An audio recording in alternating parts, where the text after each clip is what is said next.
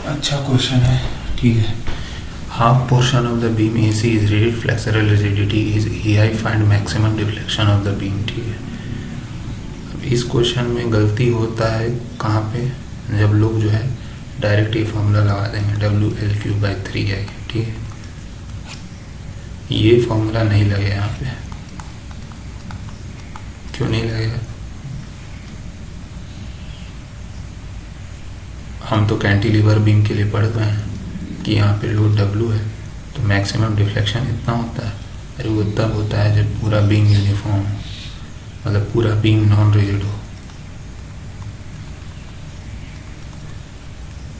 और पूरा बीम का इलास्टिक कर्व ऐसा बने, ठीक है। हमारा जो केस है उसमें आधा पोर्शन रिजिड है, ठीक है। तो इससे क्या होगा,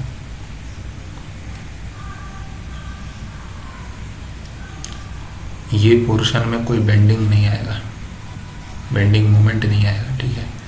तुम क्या करो, एक रिजिड रॉड लो, उसको पकड़ के रोटेट करने का कोशिश करो। कोई छड़ हो, कोई रॉड हो, उसको पकड़ के रोटेट करने का कोशिश करो, ठीक है। तो ये पकड़ के मोमेंट इसमें बेंड करने का कोशिश करो, बेंड नहीं होगा, ठीक है। तो रिजिड पोर्शन में बेंडिंग मोमेंट नहीं आता है, ठीक है, क्योंकि ये बेंड ही नहीं होगा, ऐसे सॉग और हैग नहीं करेगा, ठीक, हॉग नहीं करेगा, ठीक है। तो इसीलिए इसका जो इलास्टिक कर्व आएगा, हाँ, लेकिन यहाँ पे लोड लगाने के कारण ये पोर्शन बेंड जरूर होगा। इसका इफेक्ट इस पोर्शन में नहीं देखने को मिलेगा, लेकिन इस पोर्शन में मिलेगा, ठीक है। तो ये पोर्शन जो है BC पोर्शन वो कर्वेचर में जाएगा, लेकिन AC पोर्शन को रहना तो C के साथ ही है, कंस्टेंट है। तो ये नीचे गया है इतना, तो ये पकड़ के इसको भी नीचे खींचेगा ना, A को, तो A नीचे जरूर जाएगा लेकिन हाँ रहेगा स्ट्रेट ही, ठीक है। देखो इसका इलास्टिक कर्व और इसका इलास्टिक कर्व एक जैसा नहीं है, ठीक है, इसलिए ये कभी नहीं करना, ठीक है। और यहाँ देखो फ्लेक्सरल रिजिडिटी इसने बताया नहीं है किसका है, EI, सिर्फ दे दिया गया है EI। तो ये EI किसका है, इस पोर्शन का है। इस पोर्शन में तो कोई बेंडिंग मोमेंट ही नहीं आ रहा है, ठीक है। तो इस पोर्शन का EI का कोई सिग्निफिकेंस ही नहीं है, तो आपको अपना कॉमन सेंस थोड़ा यूज़ करना पड़ेगा, ठीक है। ये जो फ्लेक्सरल रिजिडिटी दे रखा है वो इस नॉन रिजिड पोर्शन के लिए, ठीक है। तो इस केस के लिए तो हम लोग जानते हैं ना,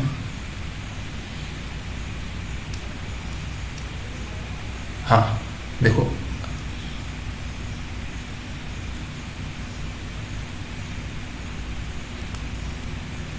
एक चीज,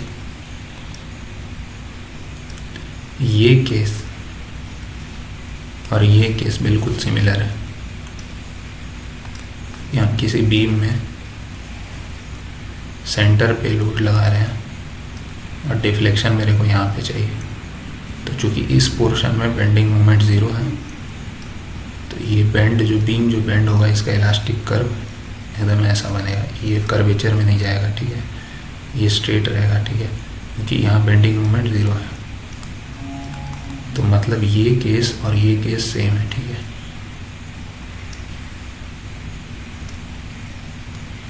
ठीक है,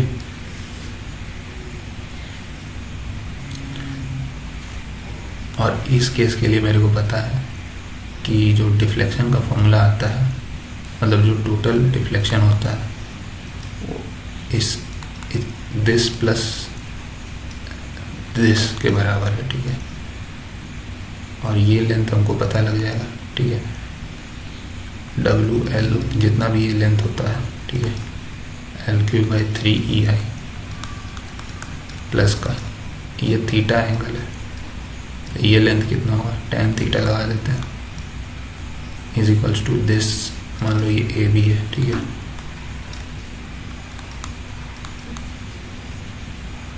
सॉरी H, ये हाइट H है, प्लस बाई AB, ठीक है,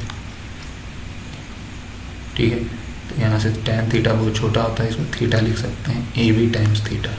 और ये थीटा क्या है, ये B पॉइंट का स्लोप है, जो, अरे यार ये बीम ऐसे बेंड हुआ है, ठीक है, तो जो स्लोप यहाँ पे है वही स्लोप यहाँ पे होगा, ठीक है।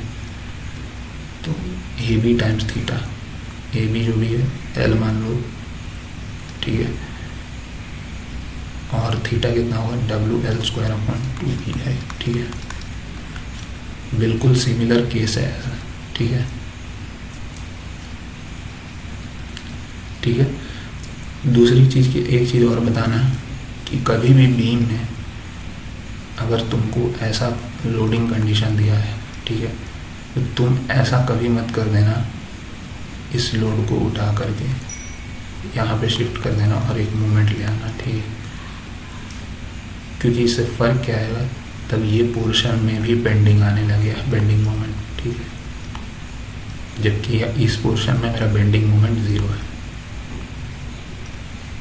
अगर ऐसा हम कर देंगे तो पूरा इलास्टिक कर्व जो है मेरा ऐसा बन जाएगा, ठीक है। This mistake is to be avoided.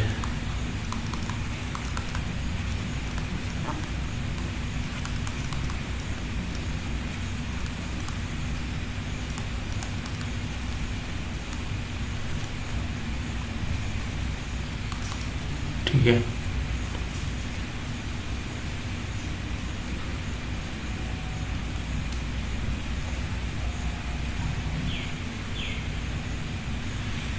अब यहाँ पे क्या करना है, यहाँ पे शिफ्ट कर सकते हैं, ठीक है, यहाँ पे इस लोड को उठा के यहाँ पे ला सकते हैं, ठीक है, और लोड को लाए हैं तो एक मोमेंट भी आएगा M, जो कि होगा कितना, W लोड था ना, W × L के बराबर होगा, ठीक है।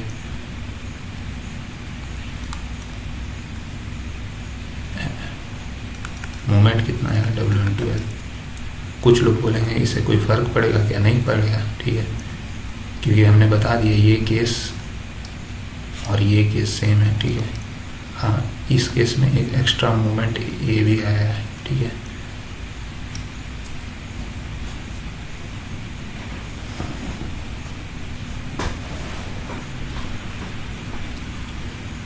तो बस अब कुछ करना नहीं है, कुछ जान नहीं रहा क्वेश्चन। ये जो लोड यहाँ लग रहा था रिजिड पोर्शन में, इसको उठाकर यहाँ शिफ्ट कर दो, W × L, और इसके साथ W × L तो मूवमेंट हो गया, और लोड को शिफ्ट किए तो W, ठीक है। ऐसा करने से कोई फ़र्क नहीं पड़ा, देखो इस पोर्शन में अभी भी बेंडिंग मोमेंट 0 है, ठीक है।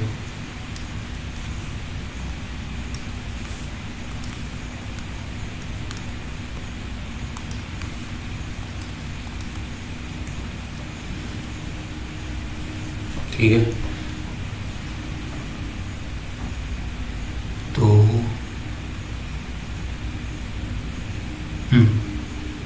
W के कारण यहाँ पे डिफ्लेक्शन कितना आएगा, इस पॉइंट पे WL³/3EI प्लस का,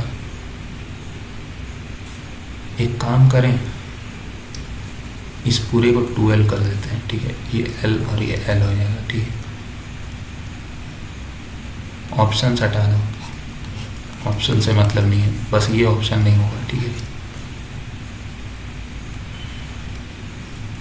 तो WL³ ये L और L हो जाएगा, ठीक है, 3I + थीटा यानी L × WL²/2EI।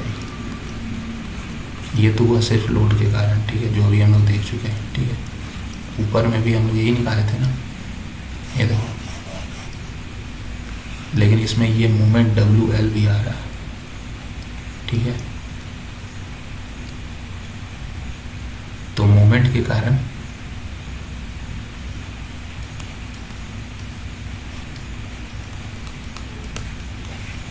ये आता है डिफ्लेक्शन, ठीक है।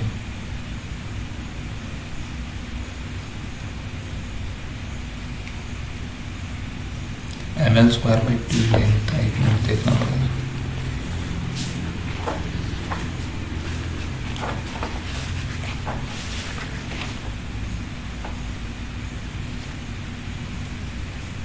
हाँ, तो थीटा आता है WL²/2EI, ठीक है।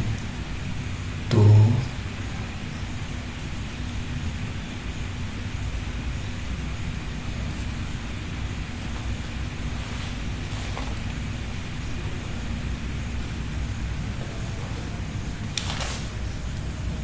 ये कब आता है? Theta W L square by 2 load के कारण, ठीक है।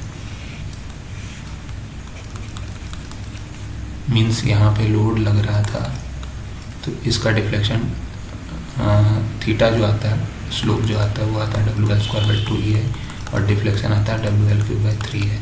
अगर इस कैंटिलीवर में मोमेंट लगता है तो यहाँ इसके कारण डिफ्लेक्शन कितना आता है? एम एल स्क्वायर बाई 2 ठीक है। तो m का वैल्यू कितना है? W L.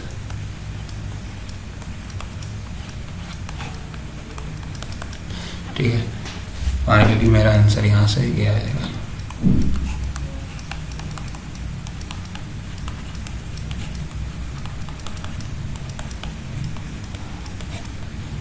तो समझ में आया होगा, नहीं समझ में आया होगा तो बोलना, फिर से इसमें एक्सप्लेन किया जाएगा इसको, क्योंकि थोड़ा टिपिकल क्वेश्चन था। ठीक है, नहीं समझ में आया होगा तो कमेंट में मेंशन कर देना, और समझ में आया होगा तो भी मेंशन कर देना, ठीक। और नहीं आया होगा तो फिर से वीडियो बनाना पड़ेगा, और क्या, ठीक है, बनाएंगे और क्या।